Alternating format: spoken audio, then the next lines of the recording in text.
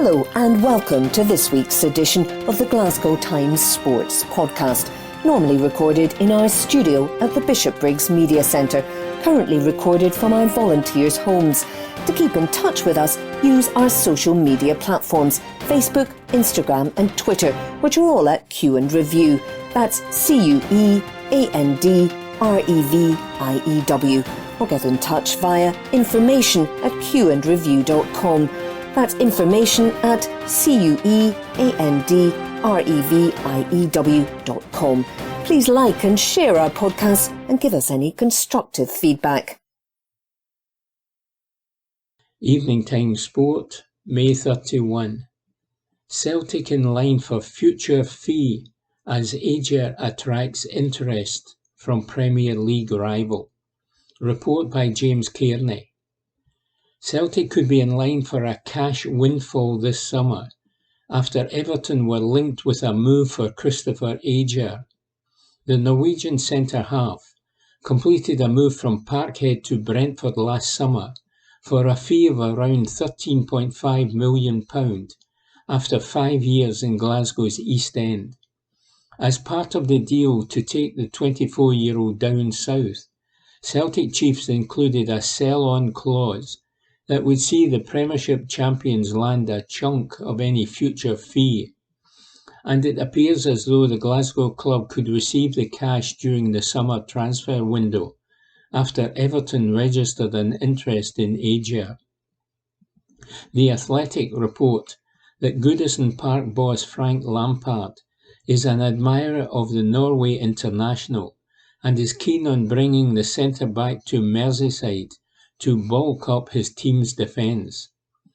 However, it is believed that Brentford will hold out for a large fee after Ager impressed as the London-based club secured a 13th place finish in their debut campaign in the Premier League. Report by James Kearney. Evening Times Sport, May 31. Scotland international Aaron Hickey among leading teenagers across European football. Report by Darren Johnson. Scotland international Aaron Hickey is one of the leading teenagers in European football when it comes to game time in the Big Five leagues. According to the CIES Football Observatory, the left wing-back has played 1,428 minutes for Bologna in Serie A since the turn of the year. That puts the former Hearts defender 8th on the list when taking into account minutes played by those under 20 across the Italian, English, Spanish, German and French top flights. Hickey featured in all but 2 of Bologna's 38 league games in the campaign that has just finished, starting 34. The 19-year-old also made his international bow in March's friendly draw with Poland, before playing in the stalemate with Austria 5 days later. Only 7 other teenagers have played more football in Europe's top 5 since the start of January. They are Jude Bellingham at Borussia Dortmund, Pablo Gavi and Pedro Gonzalez, both Barcelona, Castella Lucaba, Lyon, Nuno Mendes, PSG, Yunus Musiala, Valencia, and Destiny Udogie, Udinese. Report by Darren Johnson. Evening Times Sport, May 31. Junior mountain bike champion Aldridge determined to go for gold. Report by Graham McPherson. Charlie Aldridge clearly does not subscribe to the happy just to be there approach, often adopted by more cautious athletes ahead of their debut at a major event. The 2019 World Junior Mountain Bike Champion was named last week as part of Team Scotland's cycling group for the forthcoming Commonwealth Games, a major milestone in the 21-year-old's fledgling career. Aldridge is quietly spoken and polite to a fault, but evidently has a clear focus on what he wants to achieve and a steely confidence in his ability to get there. The cross-country event at the Games, set to take place in the Cannock Chase Forest near Birmingham, is expected to attract a high-caliber field, but Aldrich sees no reason why it shouldn't be him ascending to the top step of the podium come its conclusion. He reveals, "It was pretty exciting to have that news announced last week that I'd made the team for the Commie Games, as I'd known for a while but couldn't say anything. I told my family and a few mates, but had to tell them not to put it on social media until it was official, which it is now. And it's only a couple of months away now, so it's almost upon us. I'm looking forward to being part of Team Scotland and getting to know some of the athletes from other sports and all supporting each other, which will be interesting outside of the cycling bubble. They're building a new course for it in Cannock Chase, which should be good, and I know that area pretty well, which can only help. It's my first Games, but I'm going to be aiming to get a medal. That's my goal. I'm expecting it's going to be a congested field, but you've got to go for gold, don't you? If you're going to enter a race, then I always think you should be trying to win it if you can. I have had a pretty decent season so far. I've had a few wins on home soil and got 10th in the World Cup as well, so I've been pleased with how it's been going, despite a short setback when I got COVID. There are a lot more races happening again, and that's helped me. Some people can train hard for training's sake, but I'm someone who needs that end goal of a competition to keep me going. The longer-term picture looks appealing too. Aldridge was at Glentress Forest in the Tweed Valley yesterday to mark the region being named as the 9th host of both the mountain bike cross-country and marathon events at next year's UCI Combined Cycling World Championships. It's shaping up to be a significant event in the 2023 calendar, and the Crieff-based rider is determined to be part of it. Added Aldrich, who was crowned under-18 Scottish champion around Glentress in 2018. I've been riding this track for a while now, so it's great it's getting the international recognition and is going to be used for such a major event. The plans look great, and I really want to be involved if I can. This is my last year in the under-23s, so I'm really wanting to make that step up next year. Having the opportunity to compete in a World Championships in front of a home crowd would be an incredible experience, and it would be a dream come true to pull on a rainbow jersey. Glentress is known as being a brilliant destination for mountain biking, and I think the riders and fans will be in for a real treat next year. Like many in his position, Aldridge is trying to juggle gaining an education while advancing his sporting aspirations at the same time. He has just completed his second year studying mechanical engineering at Edinburgh University, happy to be back home for the summer and able to spend more time on the bike and less with his head in the books. He adds, "It's been a bit of a stress juggling everything, but I'm getting there. My studies are going okay, although it's pretty hard at times. I'm still able to cycle a lot, thankfully. The Pentland Hills are great for the mountain bike, or I can just get the road bike out and head around locally. There are some good spots around Edinburgh. Home for me is still Crieff, so that's where I'm based now for the summer, and I can just concentrate on cycling for a few months now and not have to worry about lectures and exams for a while." Report by Graham Macpherson. Evening Times Sport, May 31. Northern Ireland boss backs Rangers' Stephen Davis. Report by Ian Parker. Northern Ireland boss Ian Barraclough wants to see captain Stephen Davis sign a new contract at Rangers and believes the 37-year-old can keep going for another 2 or 3 seasons. Davis is part of the 28-strong Northern Ireland squad that has reported for duty in Belfast ahead of the Nations League fixtures against Greece, Cyprus and Kosovo over the next 2 weeks. But his club future is uncertain, with his deal expiring at the end of June.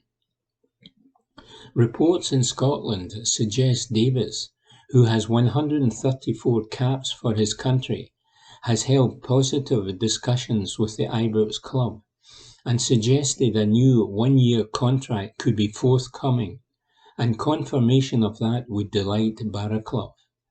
He said, "I think he can play for another couple or 3 years, but that's me. I don't want to ramp up any sort of pressure on him. I always get plenty of questions about him, and I don't like talking about the subject of him retiring. In the Scottish Cup final, I thought he was great. He came on in the Europa League final, calmed things down for Rangers at the time, maybe could have even got a goal or 2 for Rangers as well, and he put his penalty away, which shows his coolness of mind. He's our leader, our captain. He's someone we want around for a little while longer." Barraclough said that barring 1 or 2 minor knocks, there were no injury concerns within his squad, with no absentees as they gathered over the weekend.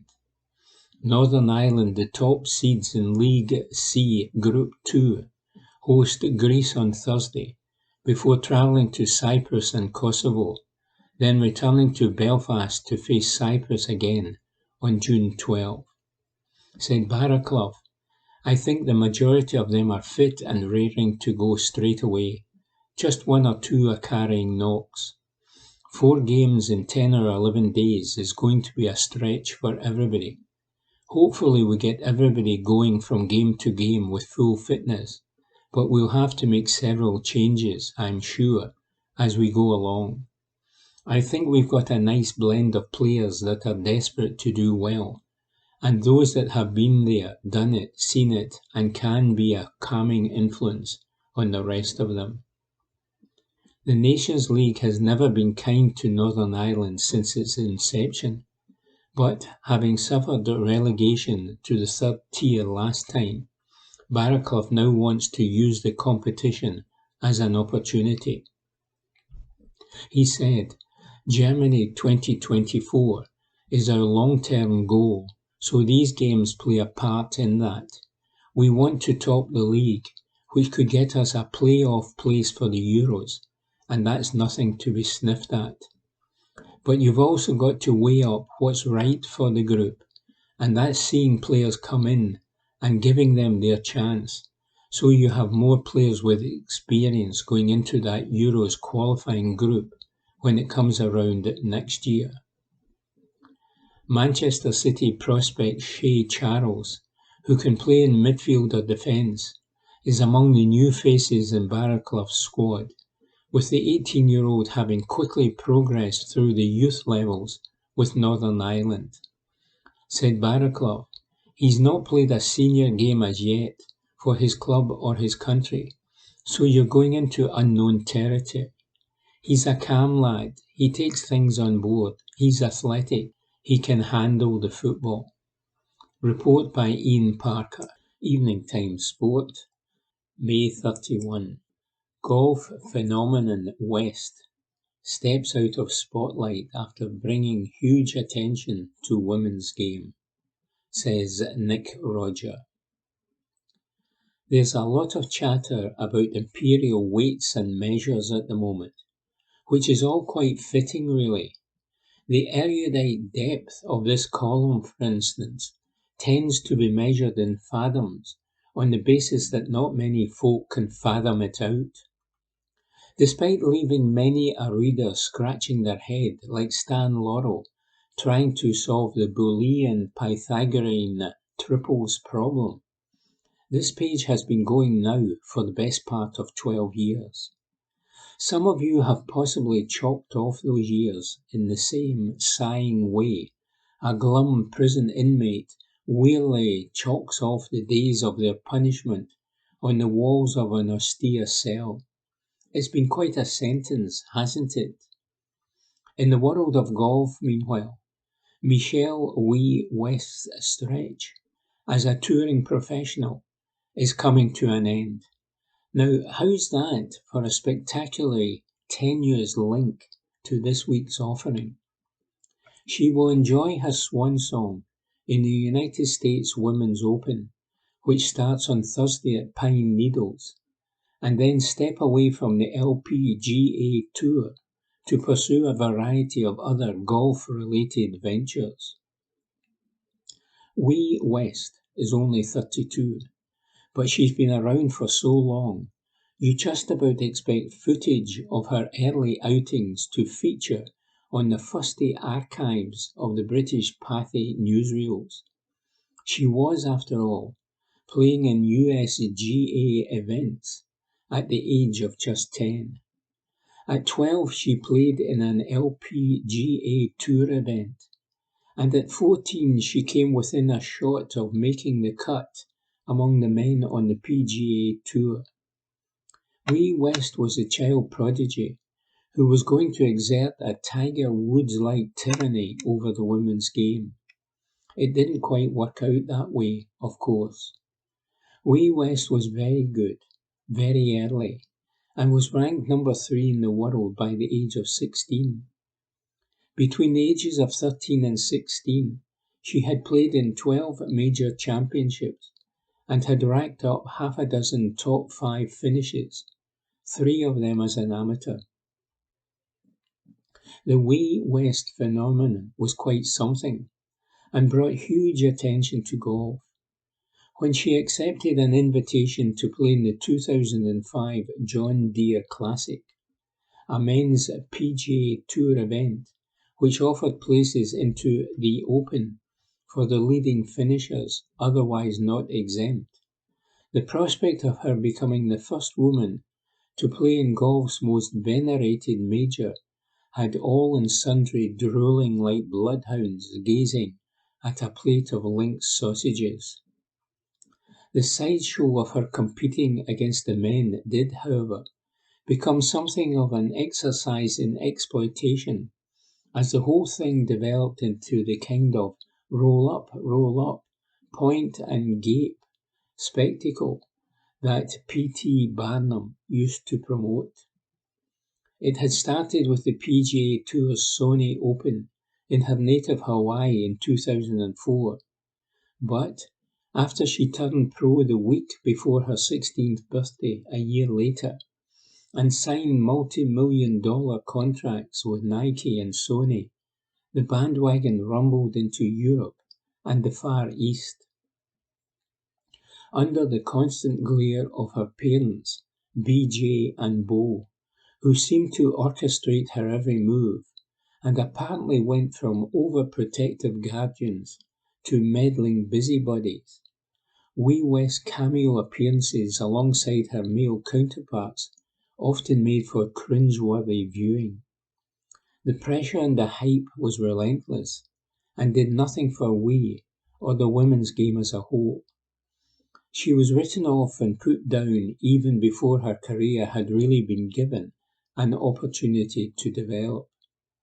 The fact that she enjoyed something of a renaissance and claimed her one and only major crown at the 2014 United States Women's Open was a defiant celebration of her drive, determination, desire, and unquestionable talent. In a topsy-turvy professional career, her progress was hamstrung by niggling injuries and numerous surgical procedures. Her tearful outpouring after grimacing and wincing to an opening 84 her worst round on the LPGA Tour during the Women's PGA Championship in 2019 painfully illustrated a woman at the end of her tether. Confronting athletic decline and facing up to the prospect of career-ending ailments is not something any sports person wants to encounter. Ending your playing days on your own terms can be hard enough. Being forced to bring the curtain down, having been betrayed by your body, adds a cruel twist to the process. Wee West has 5 LPGA Tour titles, including that maiden major on her CV. For many golfers, that would be a pretty stellar career. When it comes to Wee West, however, it's viewed as a fairly modest return for a player who seemed destined for greater feats. In this game of what-ifs, maybes, and might-have-beens, Wee West, now a mother to a 1-year-old daughter, remains content with her lot. She told Golf Week over the weekend, "I don't have any regrets because I feel like I've always learned from every mistake that I've made. I feel like even if it was a huge major fail, at least it makes a good story for now." Wee West grew up in the spotlight and came under the kind of microscopic scrutiny often reserved for organisms in a petri dish. That she managed to earn a degree at Stanford University while playing full-time on the LPGA Tour was perhaps one of her most impressive accomplishments. Having spent over 2 decades making headlines inside the ropes, Wee West is now preparing for life outside of them. The story continues. Notes Nick Roger. Evening Times Sport, May 31. Nottingham Forest step-up bid for Connor Goldson. Report by David Irwin. Premier League new boys Nottingham Forest are reportedly keen on a move for Connor Goldson as his Rangers contract runs down. The 29-year-old defender has been identified as a potential signing for Steve Cooper as he looks to strengthen his side for the move to the English top flight after their play-off triumph. The Scottish Sun claim Forest are ready to offer a deal to Goldson to return south after a 4-year stay at Ibrox. It comes as Goldson's future remains up in the air, with no new deal agreed with Rangers, and Giovanni van Bronckhorst admitting there's only a small chance he'll remain in Glasgow. The latest reports suggest Goldson could head back to England to join Forest and play in the top flight alongside Scotland international Scott McKenna. Forest star Joe Worrell, who also played for Rangers, could also be in the squad next term, but it's claimed Goldson could serve as his replacement, with Leicester keen on the Englishman. Speaking on Goldson's Rangers' future before the Scottish Cup final, Van Bronckhorst said, "Regarding Connor, the club has been in talks with him to extend his contract. So far, he didn't extend it. But the chance he will still be a Rangers player tomorrow, I think, will be small. But as I said, I would love to have Connor in the team next year. As you see quite a lot when players get out of contract, there are 2 possibilities: to keep playing for Rangers or move on, and to have another challenge. I still have in my mind that he will be part of Rangers next season. If that's my feeling or the reality, we will have to watch in the coming weeks. I think Connor has been amazing for this team in all these years as a Rangers player." Report by David Irwin. Evening Times Sport, May 31. Partick Thistle want Rangers pair on loan. Report by James Kearney. Partick Thistle manager Ian McCall is keen on bringing Rangers pair Kai Kennedy and James Maxwell on loan to Firhill for the new season, and the pair could be used as part of a deal to send promising Jags striker Cameron Cooper the other way, according to reports. As a former player, the Thistle manager enjoys a strong relationship with Ibrox and has regularly taken youngsters on loan from the Govan club. McCall is a long-term admirer of Kennedy's and has previously worked with left-back Maxwell at Ayr United. The Daily Record report that McCall is keen to bring the pair to the Maryhill outfit to help the Jags push for promotion to the Championship, adding that Cooper could move to the south side of Glasgow as part of the negotiations.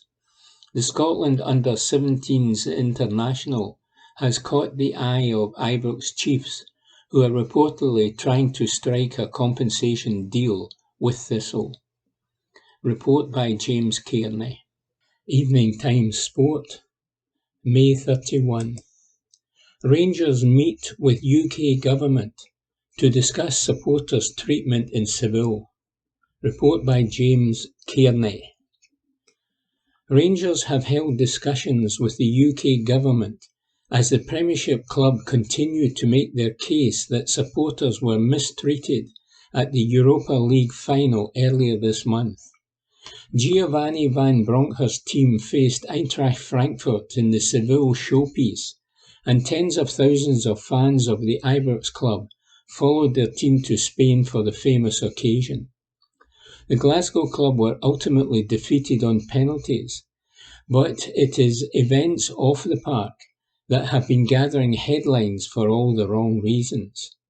UEFA have been accused of treating the travelling Rangers support poorly, with many first-half accounts claiming that fans had no access to drinking water in the stadium. Ibrox chiefs have been lobbying on behalf of the club's supporters and have recently met with representatives from the UK government to discuss the issue, according to a statement released this morning. It read, "This morning, a representative from Rangers met with Her Majesty's government to discuss the issues faced by our support in Seville before, during, and after the Europa League final. We are grateful for this engagement and will continue to lobby on behalf of our supporters." Report by James Kearney. Evening Times Sport, May 31. Nicholas accuses Souness of pandering to England. Report by James Kearney.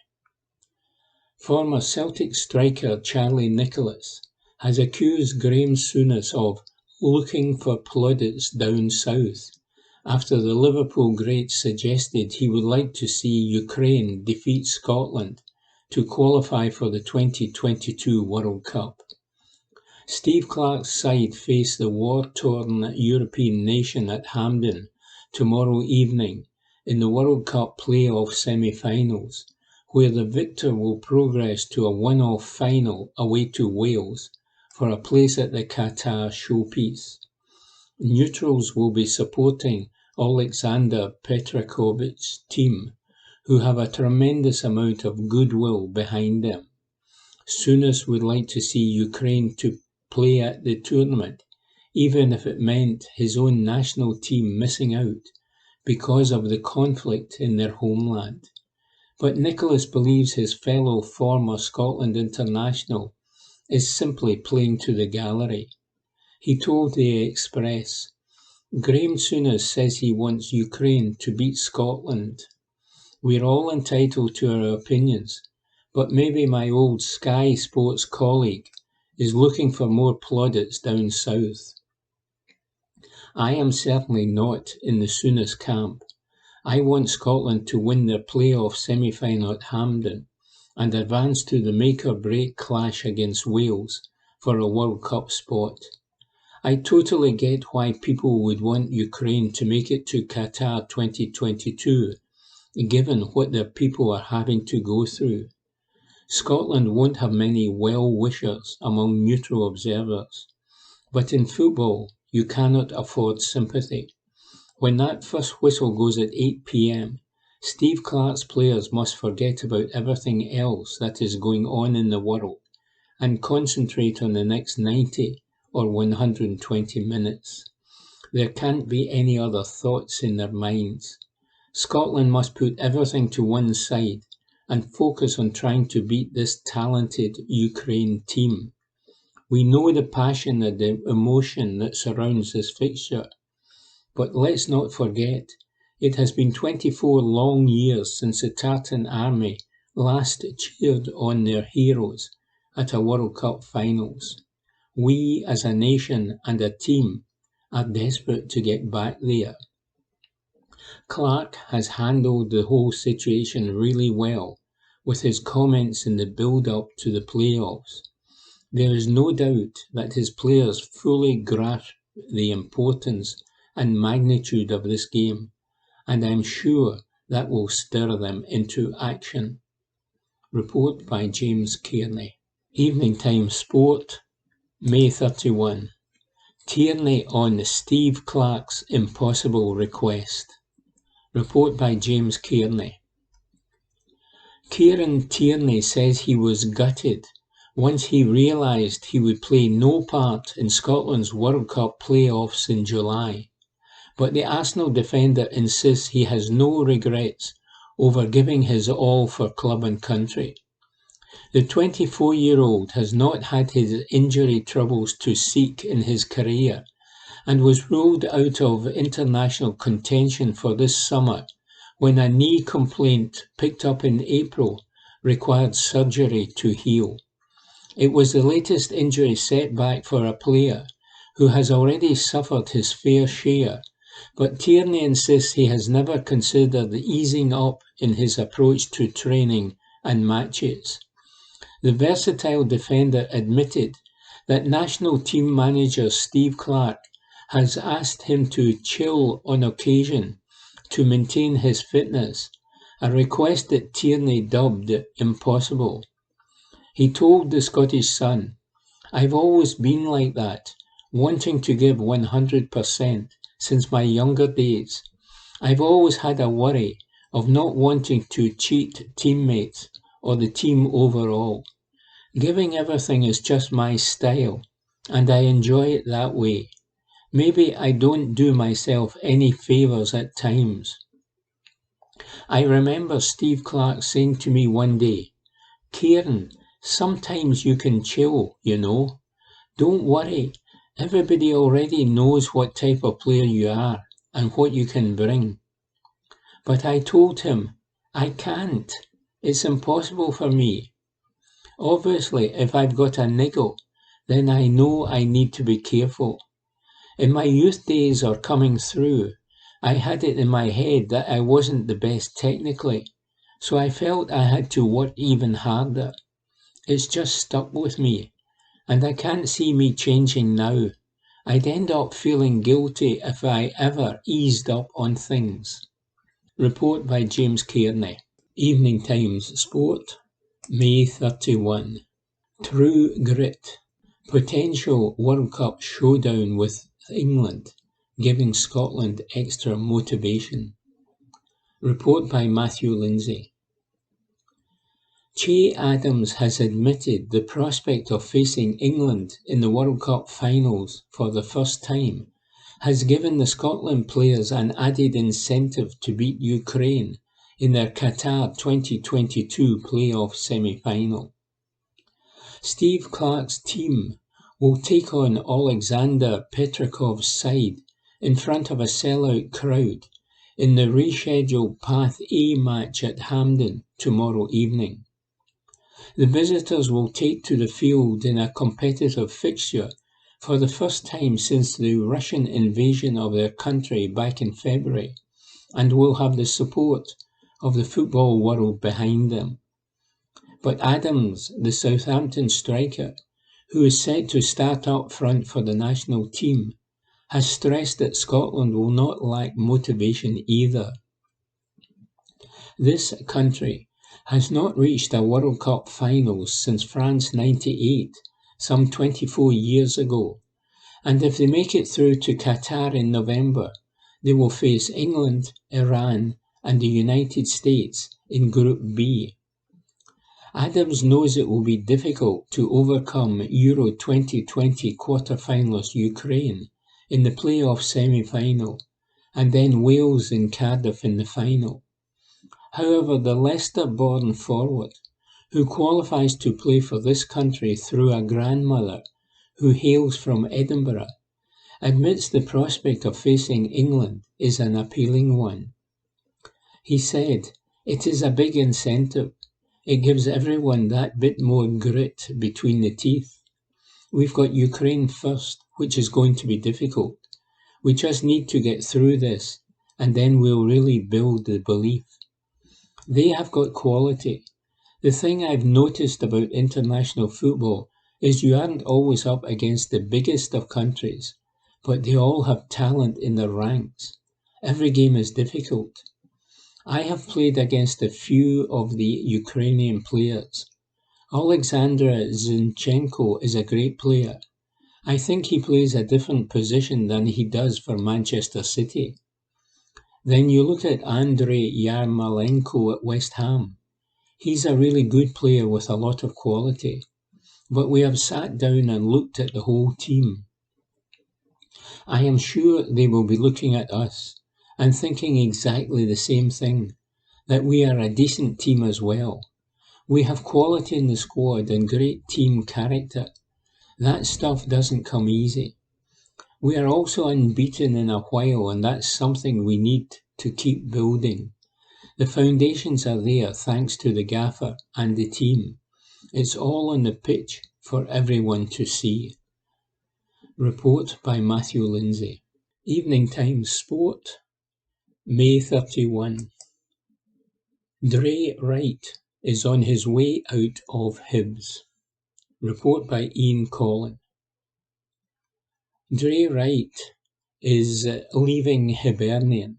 The former St Johnstone attacker is not wanted as part of Lee Johnson's new regime at Easter Road and is on the lookout for a new club. A return to former club St Johnstone could be one possible option for the Englishman as he bids to kick-start his career away from Hibs. The 27-year-old's deal runs out at the end of next month, and he is expected to be just one of a handful of players to leave the capital outfit this summer, as Johnson puts his stamp on the squad he inherited from Sean Maloney and Jack Ross. Hibs will not be taking up their option of on-loan Fulham youngster Sylvester Jesper, while loans for James Scott and Rocky Bushiri are up, and contracts also expire for Sean Mackey, Alex Gojic and Scott Allen. Wright has suffered a difficult 2 years at Hibs since joining from Saints in 2020. Signed by Jack Royce, he made 23 starts and 50 appearances over his 2 years at the club, but found himself the target of disgruntled supporters as the team struggled this season, leading Sean Maloney to publicly back the winger. Report by Ian Collin. Evening Times Sport, June 1. Clark addresses Andy Robertson beer on bus controversy. Report by Matthew Lindsay. Steve Clark has brushed aside harsh criticism of Andy Robertson following Liverpool's end-of-season celebrations and insisted his captain is in perfect shape to lead Scotland through to the World Cup finals. Robertson was savaged by many angry members of the Tartan Army when he was seen drinking beer with his Anfield teammates on an open-top bus tour to mark their Carabao Cup and FA Cup wins on Sunday, and looking the worse for wear. However, national team manager Clark, whose men will play Ukraine in the Qatar 2022 playoff semi-final at Hampden tonight, was pleased to see the left-back enjoy his successes in the 2021-22 campaign with Reds supporters. He knows his skipper, who took part in a final training session at Oriam yesterday, will be determined to put the Champions League final defeat to Real Madrid in Paris on Saturday firmly behind him with a victory. Said Clark, "I didn't see the criticism. I saw the clip, and I was pleased that he was getting over his disappointment. Some people want to make too much out of small things. It was the right thing to do, the right thing to celebrate with his team and his supporters on the back of a fantastic season for Liverpool. He has joined us in a great place, and that's all I am concerned about. I don't care about criticism. It won't bother Andy, and it certainly won't bother me." We had a little chat, and he is fine. Listen, Liverpool had a great season. When you look at 2 of the 4 major trophies in the cabinet, missed out on the league by a point, and 1 goal did them in the Champions League final. They should have been in front before they conceded that goal. They were very close to the quadruple. They've had a great season. Finishing with 2 disappointments is something you learn to deal with as a professional player. It's not as if he is going to a poor Nations League end-of-season game with Scotland. It's one of the biggest games he has probably ever faced for his country, so he will be ready to go. We all want it. They all want it. You must have seen that. You must have seen the evolution of this group over the last 3 years.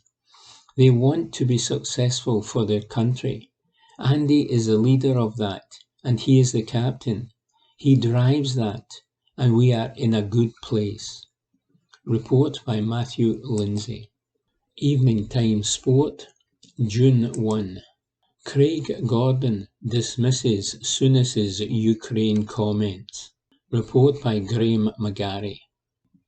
There will be Scotland fans who would ordinarily consider the donation of a kidney to be a fair enough swap if it meant they could follow the nation to a World Cup, who will feel nonetheless a little conflicted about cheering on their nation against Ukraine tonight. Such are the tragic circumstances back in their homeland. Many will find it difficult to will even their own country to stamp on the dreams of the Ukrainian players, give the symbol of hope they would become for their compatriots should they triumph at Hampden. It wasn't quite so startling then, as it ordinarily may have been, to hear a bona fide Scotland legend like Graham Souness saying this week that he hopes Ukraine win. But as warm a sentiment as that may be, it won't be one shared by 50,000 odd members of the Tartan Army when the whistle goes in Mount Florida this evening.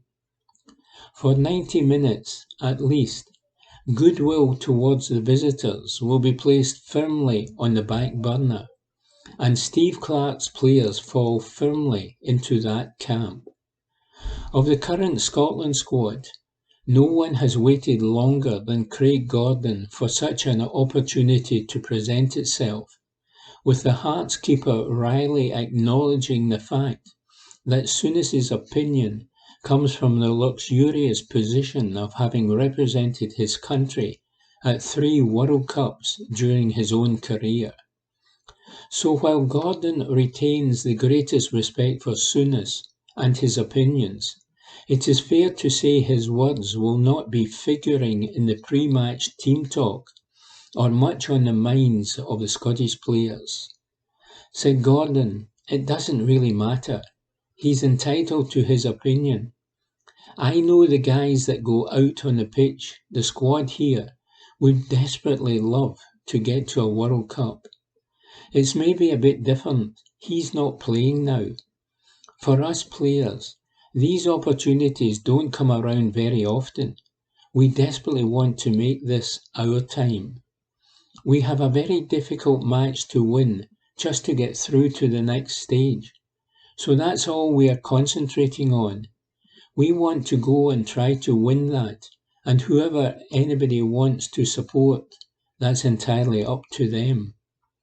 These chances do not come around very often, and at 39, you don't know if there will be another one. It's a huge opportunity, but it's still a very difficult game. You just have to concentrate on the football. That's what we're trained to do. We cannot even imagine what's going on. We have no clue, really. We cannot understand exactly what all these players are going through, what each individual's circumstances are. What we have to do is concentrate on football, be ready, and make sure we are as prepared as we can be to try to win the match. I know everybody here, our aim is to get to the World Cup. No matter which team gets put in our way, we have to try to win the match. There is no room for that debate. It is up to each individual supporter to decide what they want. For us, as a group, we want to try and win a football match. As a testimony to Gordon's longevity in international football, he is unsurprisingly the only player from the Scotland team who faced Ukraine on their last visit to Hampden in 2007, who is still plying his trade professionally, never mind at such a high level. He would dearly love a repeat of the 3-1 scoreline that Alex McLeish's men battled to on that day, come full-time this evening. He said, "The game at Hampden was excellent. It was a really good performance. I remember the goals. Kenny Miller had a header at the near post for the first one. Lee McCulloch made it 2 from a set piece round the back, where he peeled off, took the ball down, and curled a great finish into the far corner. Then it was all about James McFadden with the third one. It was a great game and a close game as well. I know it was 3-1, but it was a really tight game. But it was probably one of our best performances in that group campaign. On the flip side, we got beaten in Ukraine, but both games were close, and I expect this one to be no different." There is a big difference, however, in the approaches of the Scotland team of that era and of now, with Gordon believing that this may very well be the best national side he has been a part of in his long career. And as said, I think they played differently. That was very much a counter-attacking team, whereas this team can get on the ball and make things happen, and be a possession-based team at times as well. The characteristics of the team are different, but I certainly take the same result at Hampden. I think we're pretty good right now. It's hard to judge between different eras. Football has developed as well, so it's hard to judge which players you would put in a sort of dream team. But certainly at the moment, I do feel as if we have the players that are capable of scoring goals, of hurting teams. We are fully confident that if we get everything right and we play to the best of our abilities, that we can win. Report by Graham McGarry. Evening Times Sport, June 1. Cricket. Kyle Coetzer praises Scotland's adaptability. Report by PA Sport. Kyle Coetzer praised Scotland's ability to adapt to unfavourable conditions after they made it back-to-back wins in the ICC World Cup League 2 with a 4-wicket defeat of the United Arab Emirates in Texas.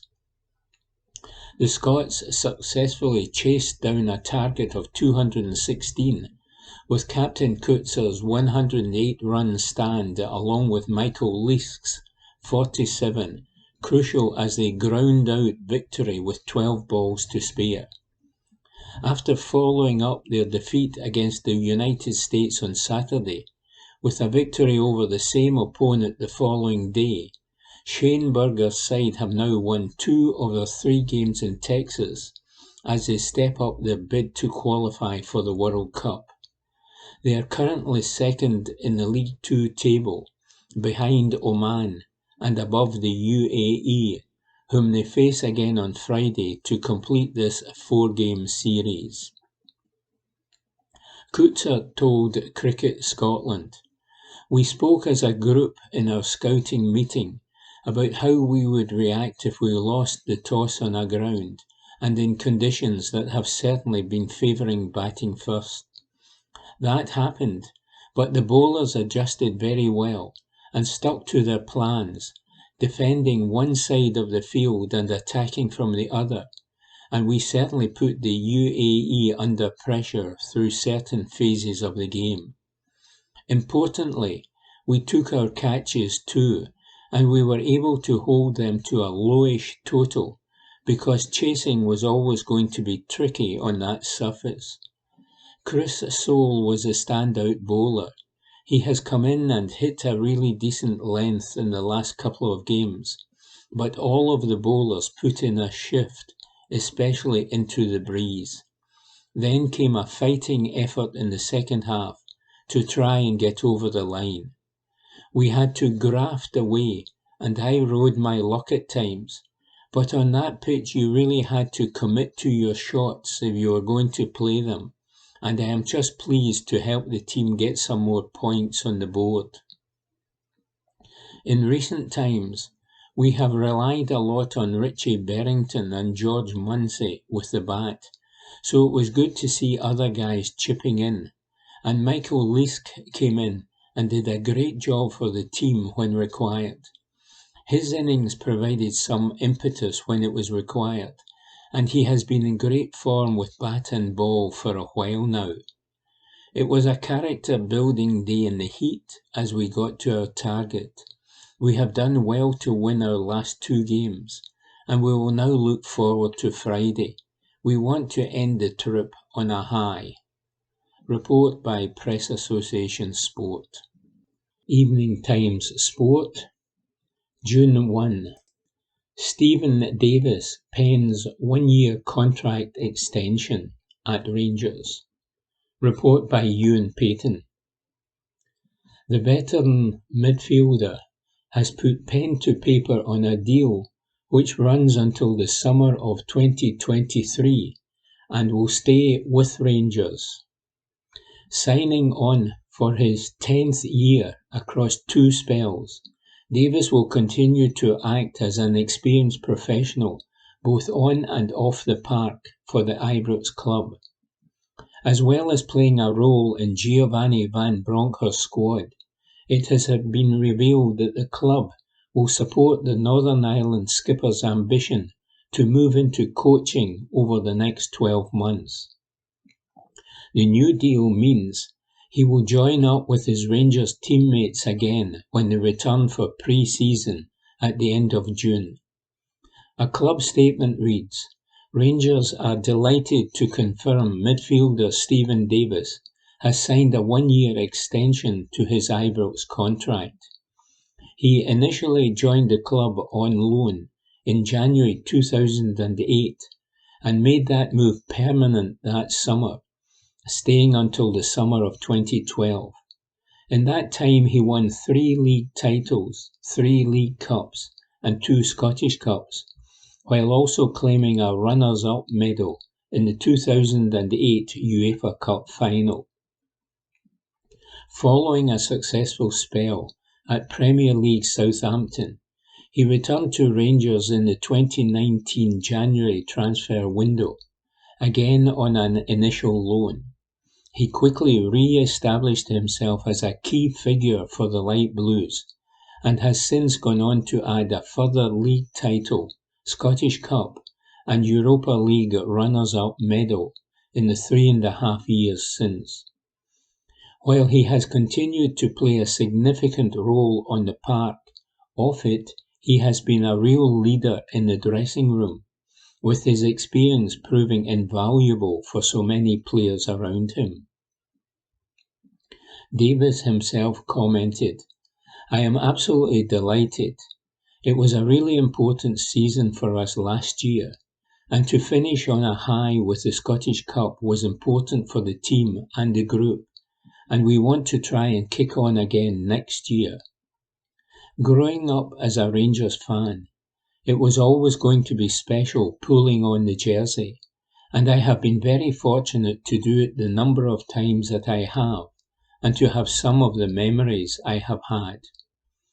We know success is what is demanded at the club, and you want to play at the highest level possible, and we have shown we are capable of doing that as a group, so it is really important we try to kick on next season and get our hands on more silverware. Ross Wilson added, "It is great that we will continue to have Stephen's influence and understanding of Rangers with the group over the course of the next 12 months. I've known Stephen a long time now, both as a player and character who sets standards every day." Stephen and Gio had a really good chat about how the manager sees the next 12 months. And as a club, we are also keen to support Stephen's development in his coaching aspirations when the time is right and when he wants to do that. Report by Ewan Payton. Evening Times Sport, June 1. Rangers confirm Itten transfer exit. Report by David Irvin. Cedric Itten has left Rangers to return to Switzerland at BSC Young Boys. The Ibrox club this morning confirmed the striker has sealed a switch back to his homeland. Rangers stated an undisclosed fee was paid for the 25-year-old, with reports earlier this week touting a £1.55 million transfer fee. Itten played 49 times for Rangers in his 2 years in Glasgow, scoring 9 times. But he has now called time on his stint in Scotland to join Young Boys in Switzerland. A statement on the Rangers club website read, "Rangers can today confirm striker Cedric Itten has joined BSC Young Boys for an undisclosed fee." Striker Itten initially joined Rangers in the summer of 2020, and he went on to make 49 appearances for the club. He also scored 9 goals, with a number of those being crucial in the delivery of title number 55 to Ibrox in 2020-21, not least a late strike against Motherwell in the December of that season that turned a tight match in the Light Blues' favour. To date, he has been capped 7 times by the Swiss national team, has scored 4 goals, and will be aiming to join their World Cup-bound squad in November. Everyone at Ibrox wishes Cedric well for this next move in his career. Report by David Irvin. Evening Times Sport, June 1. Lisbon Lions side voted greatest ever as Celtic legends rank above other European giants. Report by Ewan Payton. Celtic's legendary Lisbon Lions team have been named the greatest ever club side.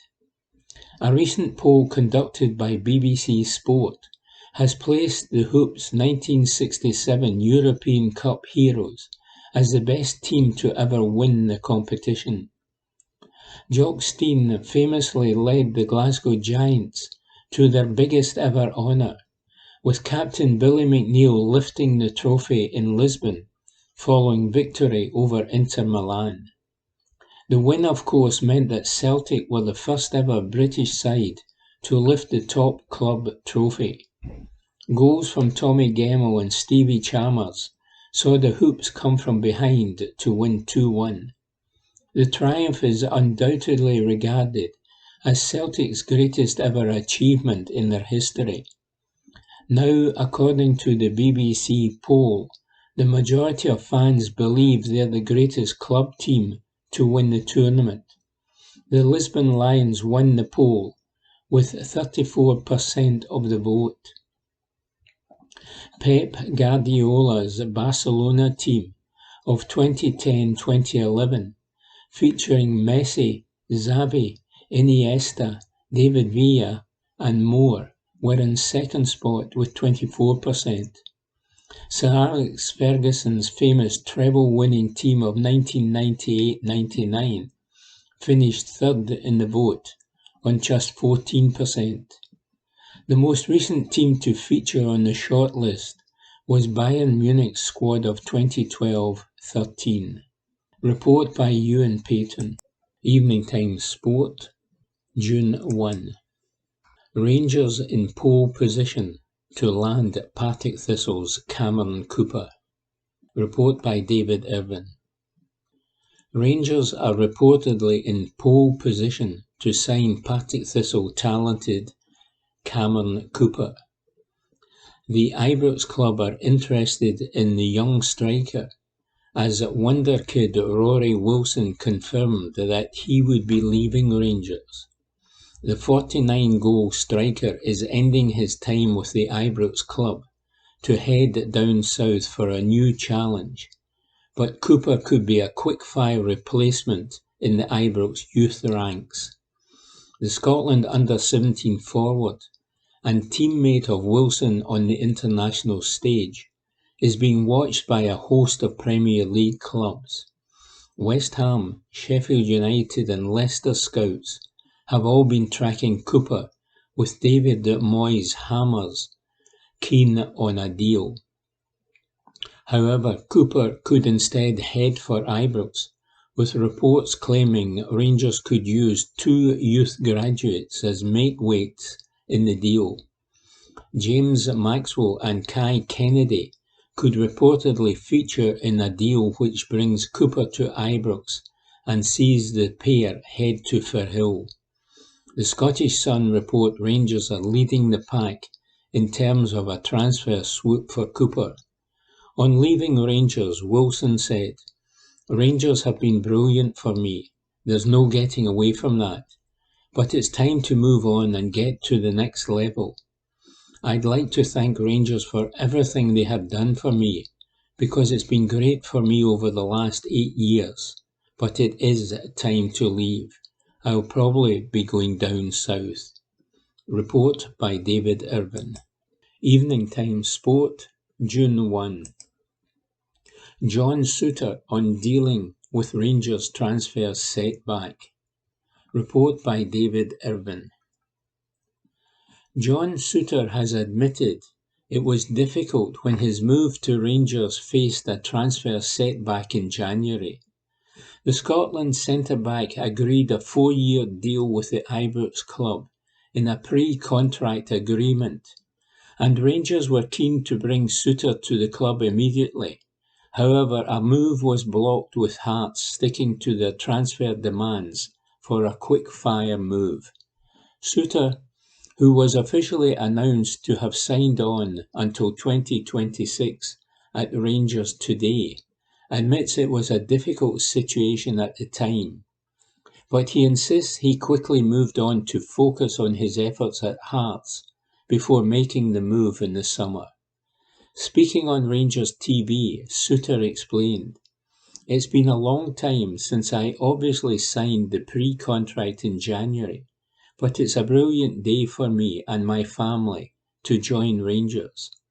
It nearly happened in January, so it's obviously dealing with that setback of it not happening and focusing on football. It was difficult at the time, but after it was over with, it was over with. So I just gave 100% focus on the task in hand at Hearts. I obviously had that small injury problem a few months ago, but it was always in my head to get back for these Scotland games and get ready for the summer." Report by David Irvin. Evening Times Sport, June 1. Zinchenko praises Tartan Army for Ukrainian anthem gesture. Report by Matthew Lindsay. Ukraine midfielder Oleksandr Zinchenko lauded the Scotland supporters who have pledged to sing his country's national anthem at the Qatar 2022 playoff semi-final tonight, and stated the evil of the Russian invasion will only be defeated if countries unite. The Manchester City midfielder spoke emotionally about the ongoing conflict in his homeland before he took part in a training session at Hampden, along with his fellow members of the visitors' national squad. The 25-year-old confessed that he and his teammates were touched when he told the sellout 52,000-strong crowd inside the stadium will sing "The Glory and Freedom of Ukraine have not yet perished" before kick-off this evening. Said Zinchenko, "I take this initiative extremely well. We have to be together. We have to fight Russian aggression. We have to basically defeat the evil. So yes, this is an amazing, amazing initiative."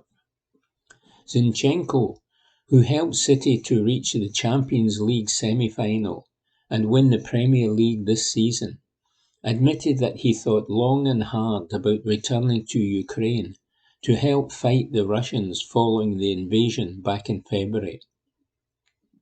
However, the 48 times capped player opted to stay in England and use his profile to highlight the plight of his people to the world. He has been heartened by the support his country has received from the football world. He said, "Maybe I was holding a few times the gun, the weapon. I am 100% sure I will be more useful to Ukraine to be in Manchester and to try to help the Ukrainian people and Ukraine as much as I can with a lot of different things. Starting with sending some stuff, sending some money, sending messages to my Instagram followers. Even, I don't know, doing some interviews, speaking with you. I need to share this, and I need to show the whole world what is happening right now in Ukraine.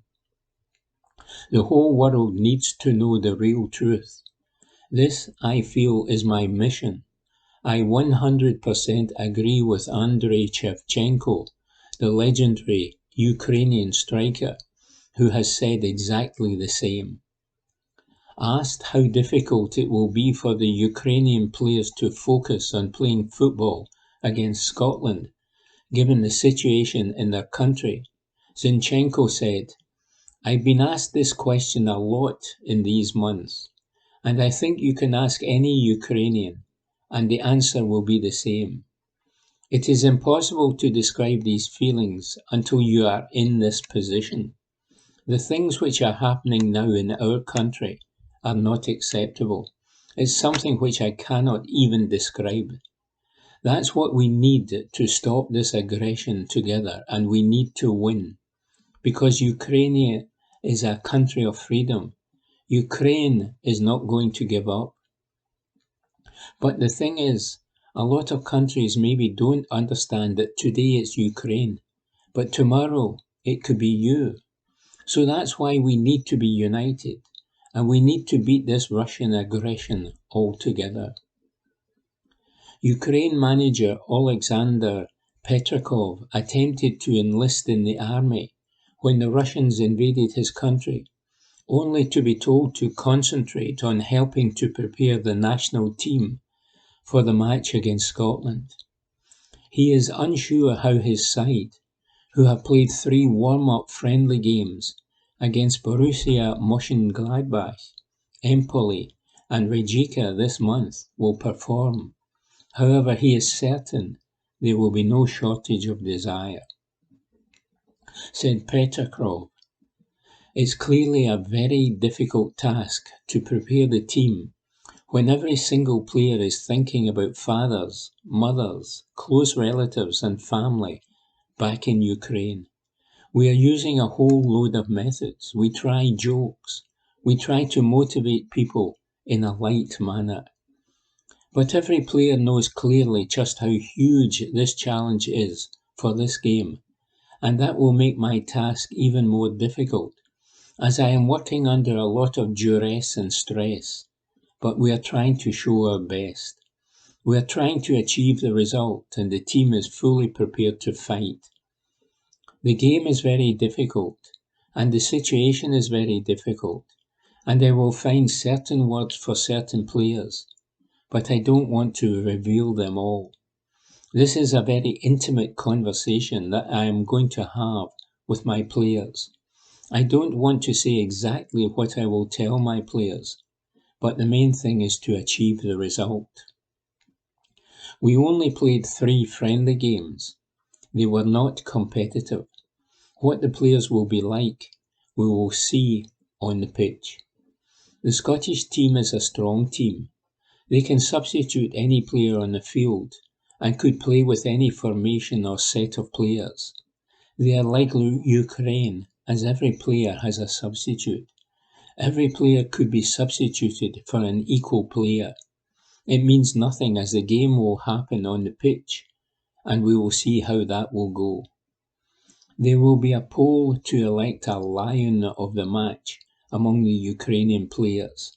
It's a charity vote where every vote will mean Ukrainian hryvnia, and all the money will go to the charity foundation.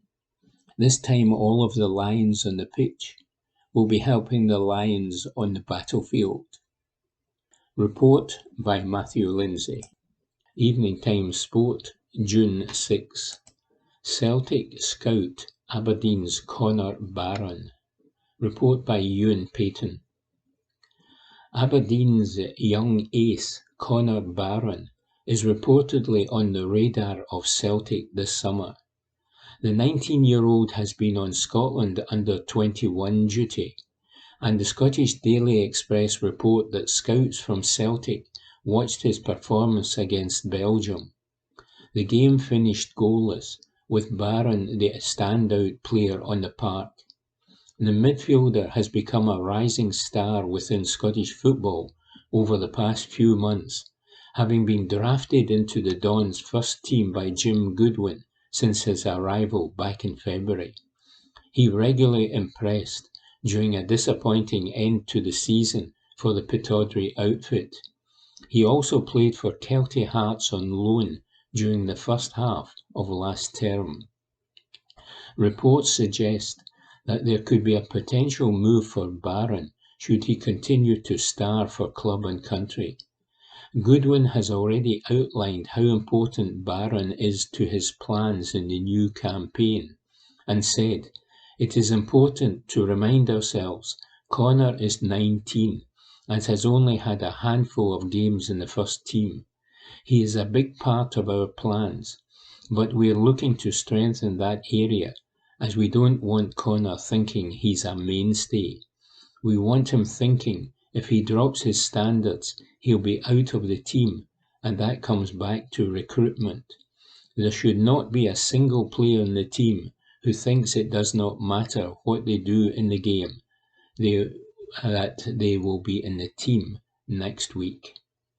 Evening Times Sport, June 6. Beth Morrow looks ahead to the prestigious Women's Tour.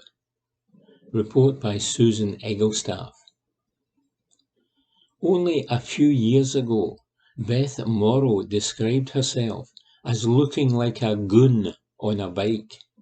So it says much for the speed of her progress that over the coming weeks, she will be racing in the most prestigious women's bike race in this country, the Women's Tour. The race is the UK's leading international stage race, and Morrow, who is a member of the CAMS Basso team, will be riding alongside the likes of reigning national champion Georgie Pfeiffer, UCI World Hour Record holder Josh Loudon, and former champions Kazia Nuadamoma and Corinne Labecki. Morrow, who is just 19, admits being on the biggest stage of all is surreal. And she says, "I'm very excited.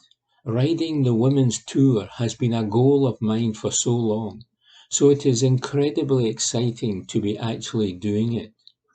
It's a huge race to be a part of, and such good experience to be alongside such big names.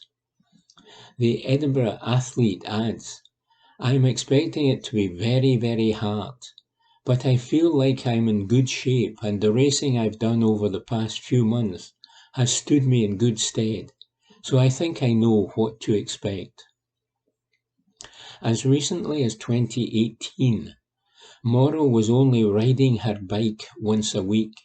She began her sporting career as a runner before transitioning into triathlon, and it was her natural strength on the bike in the latter that planted the seed that perhaps she should give cycling a go. Success was far from immediate, but there was something about cycling that encouraged her to continue, despite being a long way from the top of the pile. The teenager says, I was relatively good at athletics when I was growing up. I was at national level, but I was nothing special. But I used to get ridiculously anxiety even though I wasn't that good, so I often didn't really enjoy it. I'd grown up cycling with my family, so I had a good base, but I had absolutely no speed. And so when I started racing, everyone seemed so fast, and I was getting lapped time and time again. I didn't get disheartened, although I don't know why not, because I probably should have. My expectations of myself were very low, and that helped. And even though I wasn't doing that well, I still enjoyed it. And so that's why I stuck with it. And I had a lot of support and telling me I had potential. In 2018, Morrow joined her local cycling club, Edinburgh Road Club, as well as a Scottish cycling development project. It was the following year, however, that things began to really take off. She was invited to join the Scottish cycling programme and began racing more seriously, although with little of the professional equipment and what she describes as a highly suspect technique. Morrow is disparaging about how she must have looked. But as her performances improved, so too did the number of people who recognised her talent, which last year led to her being signed by Story Racing, the team led by Paralympic champion Sarah Story. It was, however, her move this season to the UCI Continental Team CAMS Basel that has allowed the teenager to make the move into the big time. A disrupted winter caused by a knee injury and a bout of COVID was not what she had planned, but the first month of being a professional cyclist has been a thrill as well as a steep learning curve. She says, it's been amazing to be part of a pro team. The team is really good fun. It's a great environment, and I'm really enjoying the process. Morrow, who's studying urban planning at Loughborough University, added, I feel like I'm improving loads. It was hard at the beginning of the season because I didn't feel as prepared as I wanted to be because of the injury and COVID setbacks, and that's not a nice feeling. And I'm not all that confident in my ability, even when things are going well, never mind when they're not. But I still did okay, and that really helped my confidence. You can't always be on top form, so you need to learn to race even when things aren't perfect. That's where my inexperience shows. I'd never had the experience of turning up to a race and not feeling fully prepared, so it was a good lesson for me. Morrow's sole focus is on this week's women's tour, which begins in Colchester today and ends in Oxfordshire on Saturday. But her longer-term goals include making it to the top level of her sport. And she said, I have goals about what I'd like to do if I could become a full-time professional cyclist. Becoming a pro is the aim, but for now, I'm just loving the process, and as long as I keep improving, That's the main thing. But I want to keep moving up, and a World Tour team is definitely the main aim in the longer term. Report by Susan Egglestaff. Evening Times Sport, June 6. Partick Thistle manager McCall admits mixed feelings about Queen's Park rise. Report by James Kearney.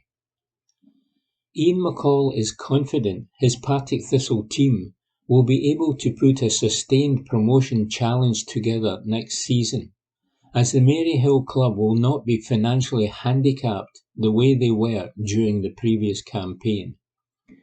When COVID relief funding was shared out to SPFL clubs during the height of the pandemic, Thistle were left clutching the short straw.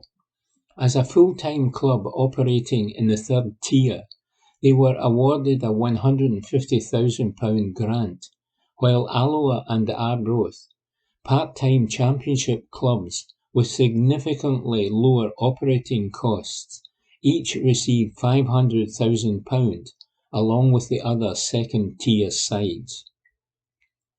It left the Glasgow club playing catch-up in a financial sense last year, as their divisional rivals all started £350,000 better off than the Jags.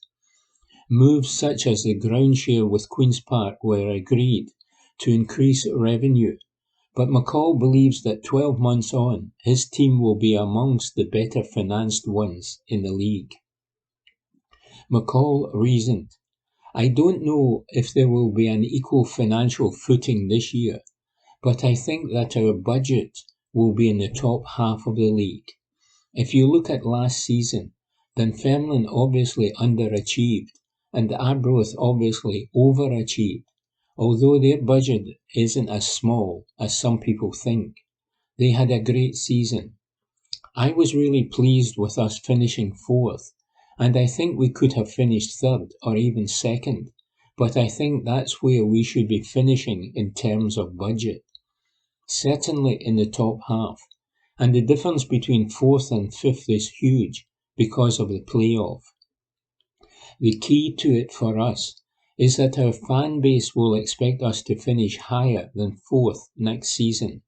I expect us to finish higher than fourth, so first, second or third has to be the target.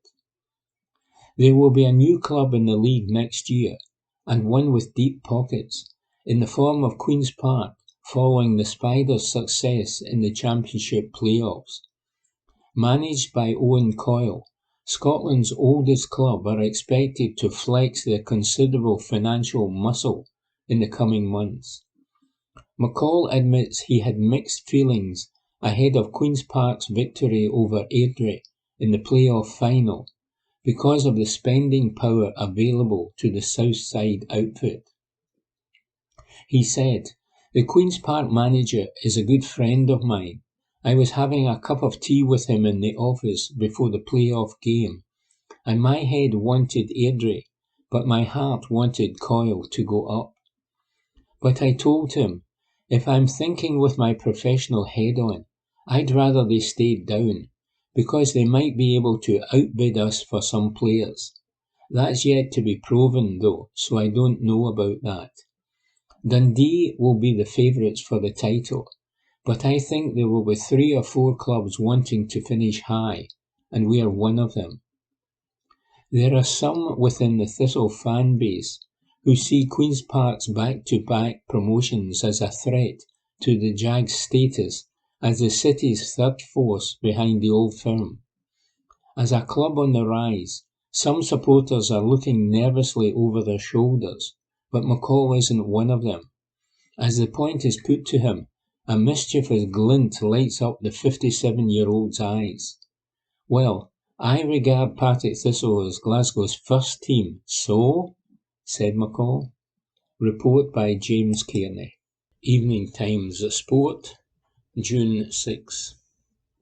Neil Doncaster hails Scottish football fans for support.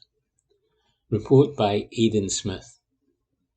Over 4 million fans turned out to watch their teams across all 4 Scottish Professional Football League divisions in season 21-22, as attendances across the country bounced back from a pandemic. A total of 4,082,038 fans attended matches across the Cinch Premiership, Cinch Championship, Cinch League 1 and Cinch League 2, including playoff fixtures. Another 383,260 fans attended fixtures across the Premier Sports Cup and SPFL Trust Trophy competitions. Those additional crowds mean 4,465,298 fans attended SPFL competitions across the season. The total figures would have been even higher if matches at the start of the season had not been played with reduced attendances due to COVID restrictions, while there was also a spell during December and January when fan numbers were reduced to a maximum of 500. Capacity attendances were allowed for the majority of the 2021-22 season. The 2018-19 season was the last to be played to a finish with full crowds, after season 2019-20 was curtailed early due to the COVID lockdown. Neil Doncaster, SPFL Chief Executive, said, "It is incredible that we have had over 4 million fans back in stadia, which underlines the central role which Scotland's national sport plays in communities all over the country. It is hugely encouraging to see such impressive attendances across all 4 Cinch SPFL divisions, especially given how tough much of the last 2 years have been for our members. It is also a very timely financial boost for our 42 clubs, who played almost entirely behind closed doors during the 2020-21 season. Attendances in Scottish football continue to greatly outperform other countries of a similar size, and this is a real credit to the loyalty of supporters across the country, as well as the hard work of our individual clubs. The clubs themselves served up hugely compelling and competitive league battles, and we are all looking forward to more of the same next season across all 4 Cinch SPFL divisions." Report by Aidan Smith. And that was this week's Glasgow Times Sport podcast, normally recorded in our studio at the Bishopbriggs Media Centre, currently recorded from our volunteers' homes with the publisher's kind permission. Thanks for listening.